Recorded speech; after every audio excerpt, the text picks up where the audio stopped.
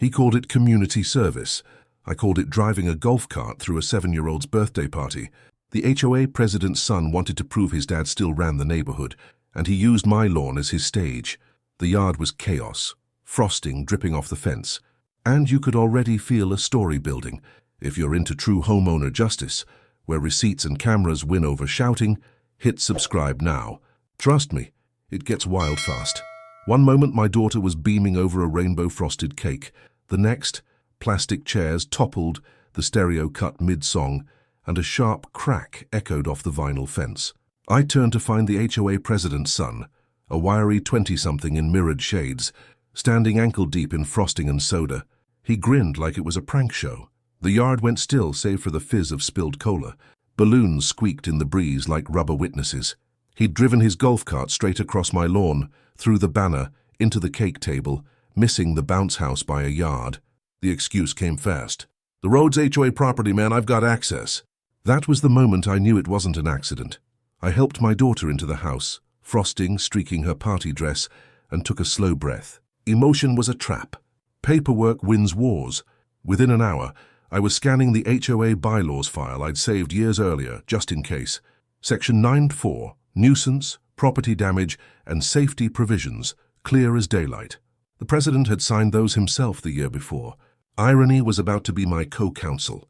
Neighbors dropped by, whispering that the president's son, Dustin, had been bragging all week about teaching me a lesson for complaining about his dad's pool construction setback violation. So there it was. Retaliation by proxy. Classic. That night I pulled the footage from my doorbell camera. The timestamp 2:17 p.m. captured everything. The golf cart veering off the path, Dustin laughing, the cake erupting like a dairy volcano. I copied it to 3 drives, sealed one in an envelope, and kept my narration flat in the police report. Tone makes you credible. 2 days later, the HOA president himself, Mr. Caldwell, knocked. His smile came with the faint click of power. "We can handle this internally," he said, sliding a blank incident resolution form toward me.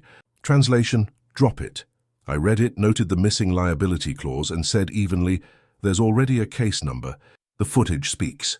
Have a seat if you want to watch." He didn't. He left with the same smirk his son wore when he floored the cart. Within a week, the petty harassment began. First, an anonymous email. "Your shed violates visual harmony standards." Then a citation taped to my door claiming I owed $150 for unauthorized event signage. Signage meaning balloons? Cute. Every move was bait, but I archived it all with headers, metadata, and timestamps intact. Meanwhile, I added a motion-triggered trail cam behind the shrub line, camouflaged in bark spray. Only the squirrel knew it was there. If they planned another put-up job, they'd trip my digital tripwire first. My daughter asked if she could still invite friends over. I said yes, but we'd hold birthdays at the park until the yard healed. She nodded, brave kid. Then she added quietly, "You'll fix it, right, Dad?" "Oh, I would." I'd fix it so cleanly that even the county clerk would smile while stamping the judgment. By the 3rd week, my inbox pinged with a board meeting agenda. One item oddly familiar. Resident complaint regarding unsafe use of common areas. It listed me as the violator. They were turning the tables. Clever but premature. I printed the agenda, clipped photos to each claim, and highlighted the contradictions. I even mapped GPS coordinates of the tire tracks leading from the HOA's side berm to my yard, easy thanks to a leftover AirTag from my kid's bike tracker. When I was done, the binder stood 2 inches thick. Dustin had wrecked a cake. I was about to wreck their narrative, legally line by line. I remember thinking as I slid the thick folder into a locking case that justice isn't loud, it's methodical. Here it hums like a laser level before the beam hits the mark. The morning of the board meeting smelled like hot asphalt and cheap cologne. Caldwell's Silverado was already parked by the clubhouse, gleaming red under the Florida sun like a warning flare. Inside, folding chairs faced a long table draped in the HOA banner, Harmony Oaks Association, embroidered in thread that had seen better days. Would have been poetic if it weren't so ironic. I set my binder on the podium with that crisp thunk only a well-prepared stack of evidence can make. Neighbors whispered. Some leaned forward, ready for spectacle. The secretary began reading the agenda in that sing-song monotone, and there it was. Item 2. Resident complaint concerning unsafe vehicular operation on common property. Linked to Lot 37, that's me and Dustin's stunt. Caldwell cleared his throat. "We intend to resolve this privately," he said, voice buttery but tight. "Unfortunately, some residents have circulated misleading footage." I pressed play on the screen before he could finish. Freeze frame. His son's golf cart mid-air over my sprinkler line. Balloon fragments floating like pastel shrapnel. The room went pin-drop silent except for the faint hum of the projector. "Misleading footage?" I asked. "Section 9.4 defines this as property damage and endangerment. Signed by you, Mr. Caldwell." A titter ran through the group. The treasurer, who never liked Caldwell's new pool either, gave me a slow nod. Caldwell snapped the laptop shut, muttering something about chain of custody. Fine, I had that angle covered too. Date-stamped file metadata, police inventory receipt, and a notarized copy. Each in its sleeve. Preparation beats bluster every time. That night, retaliation morphed from paperwork to performance art. My trash bin disappeared. Someone sprayed weed killer on the strip of grass the HOA called shared frontage. I played it calm, logging each incident with photos and times. My doorbell cam now had an external drive humming like a generator, but the best proof came from an odd place. My neighbor across the street, Frank, retired surveyor partial to strong coffee, waved me over one morning. "Heard they're calling your shed non-compliant," he said. "Funny thing, I put those property pins myself 15 years ago. You mind if I recheck your setback?" 10 minutes later, he'd found the original boundary markers buried under an inch of mulch.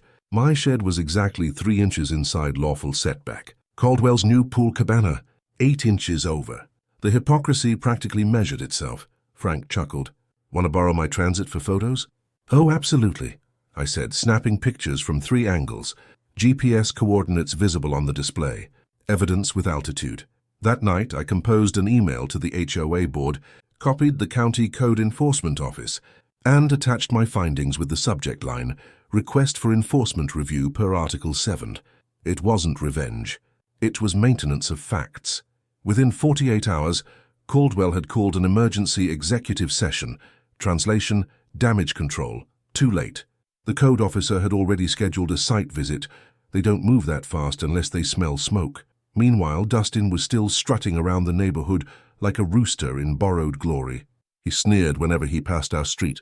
Once he parked that golf cart right beside my driveway, idling it till the little engine coughed, then tore off. All of it caught on cam. I started referring to the footage uploads with dry humor. Exhibit C for cart show-off hour. Laughter keeps you sharp. By mid-month, the sheriff's deputy delivered the civil summons I'd requested. A small claims filing for property damage. Harassment and violation of Local Ordinance 14B, concerning off-road vehicle use. Dustin blinked when he got served in front of his buddies. You could hear the gossip ripple down the cul-de-sac, like wind through blinds. Caldwell's response arrived 3 days later, typed on HOA letterhead as if he could morph governance into defense. My lawyer, Ms. Hannah Vega, sharp as a box cutter, nearly laughed when she saw it. "They're commingling personal liability with corporate shield," she said. "That's like trying to hide behind a screen door during a storm." We drafted a concise rebuttal and quietly requested discovery, internal HOA emails, specifically anything mentioning Incident Lot 37. They thought they'd drown me in bureaucracy. Instead, they'd opened their own basement valve. While I waited for the hearing date, the pattern escalated once more. A fine appeared in my mailbox citing improper lighting facing street, motion device. That was my trail cam. They'd figured it out. Fine. I repositioned it vertically, disguised as a solar stake lamp, and added a second one hidden in the mailbox post. It caught exactly what I needed. Dustin, 2 nights before the hearing, sneaking across my front yard with a can of spray paint and a grin as dumb as ever. He managed 1 stripe before my floodlight tripped, and my voice boomed from the speaker. "Smile for the court, Dustin." He nearly dropped the can. The next morning I printed the still frame, labeled it Exhibit E, and slid it into the binder.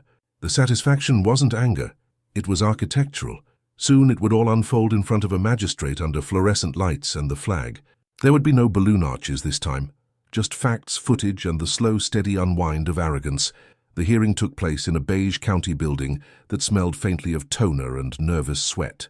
Rows of hard plastic chairs, humming fluorescent lights, justice in budget form. But I wasn't there for decor. I was there to finish what started with a ruined birthday cake. Dustin slouched at the defendant's table, phone in hand, jiggling his leg like he had better places to be. Caldwell sat behind him, wrapped tight in a sports coat too small for his ego. My lawyer, Ms. Vega, opened her binder and gave me one calm nod, the kind that says we're loaded for bear but civilized enough to wait our turn. The magistrate looked young enough to still care about precision. Bless her. Case number 220461, she announced. Plaintiff alleges property damage, harassment, and violation of Municipal Code 14B. Defendant is Mr. Dustin Caldwell. He gave a lazy thumbs up. Bad opening move. Vega led with the footage. We didn't dramatize. We narrated timestamps as the video rolled. The golf cart barreling across the lawn, the spray paint night visit, the sequence of HOA fines that followed. I watched Caldwell's jaw tighten behind his son. He knew the optics were worse than any verdict.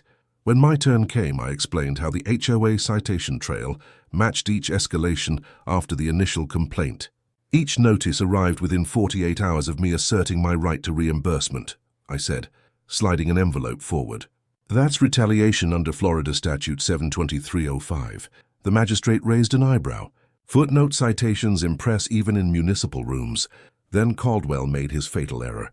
He stood unasked and tried to lecture the court about community standards and how my antics had collateralized neighbor goodwill. He thought big words would hide small. Ethics. Vega let him speak just long enough, then flipped open an email printed in color. There it was, his message to another board member, subject line, "Need to teach Lot 37 some respect." Attached screenshot of Dustin's text bragging, "Hit his party hard, no regrets." The room inhaled together. The magistrate exhaled once and said softly, "Mr. Caldwell, you are aware discovery applies to you as well." He stammered something about sarcasm. The magistrate didn't smile. She signed a note, motioned me forward, and accepted my cost estimate sheet. Lawn repair, cake catering refund, cleanup crew, plus the statutory cap for distress. All itemized, receipts cross-referenced. You could have engraved my meticulousness on a plaque. After a 10-minute recess, she returned with a composure that could still be a storm and delivered the ruling in clean, deliberate sentences. The judgment was entered fully in my favor. Damages awarded in full, every dollar tied to documentation. She then issued a cease and desist order, barring the Caldwells and any HOA representative from contacting me outside of official board protocol, effectively cutting off their favorite harassment channel. Finally, she referred the entire HOA's conduct to the County Regulatory Commission for review, a quiet but devastating punctuation mark that meant real investigators would now comb through every misuse of power and dollar of dues. Each line of that ruling landed like a gavel strike, precise, irrevocable, and long overdue. Dustin's mouth hung open. Caldwell tried to argue, but the gavel clipped the air like punctuation. Game, set, precedent. The aftermath unspooled quietly, as most reckonings do. Code enforcement cited Caldwell's pool cabana for setback violation, thanks Frank's photos. The HOA insurance refused to cover his legal costs. Personal misconduct voided coverage. 2 months later, a notice appeared. Resignation of president due to health reasons. Translation. The system he manipulated finally digested him. Our yard, meanwhile, recovered like it had been waiting for its small justice. Grass filled in over the old tire tracks. My daughter painted a new sign for our fence. Party zone, drive slow. Every so often, a new neighbor asks about the faint discoloration in the pavement where the golf cart skidded. I just smile and say, HOA history lesson. The real victory wasn't the check that arrived by certified mail. It was the silence that followed. Rules, when applied honestly, make peace audible again. If there's a takeaway, it's this. Documentation beats domination, and entitlement collapses under evidence. Keep your cameras rolling, your bylaws bookmarked, and your humor intact, because sometimes justice tastes like buttercream after the mess is cleaned and you finally cut a new cake in your own backyard. Drop your story in the comments if you've ever watched arrogance self-destruct.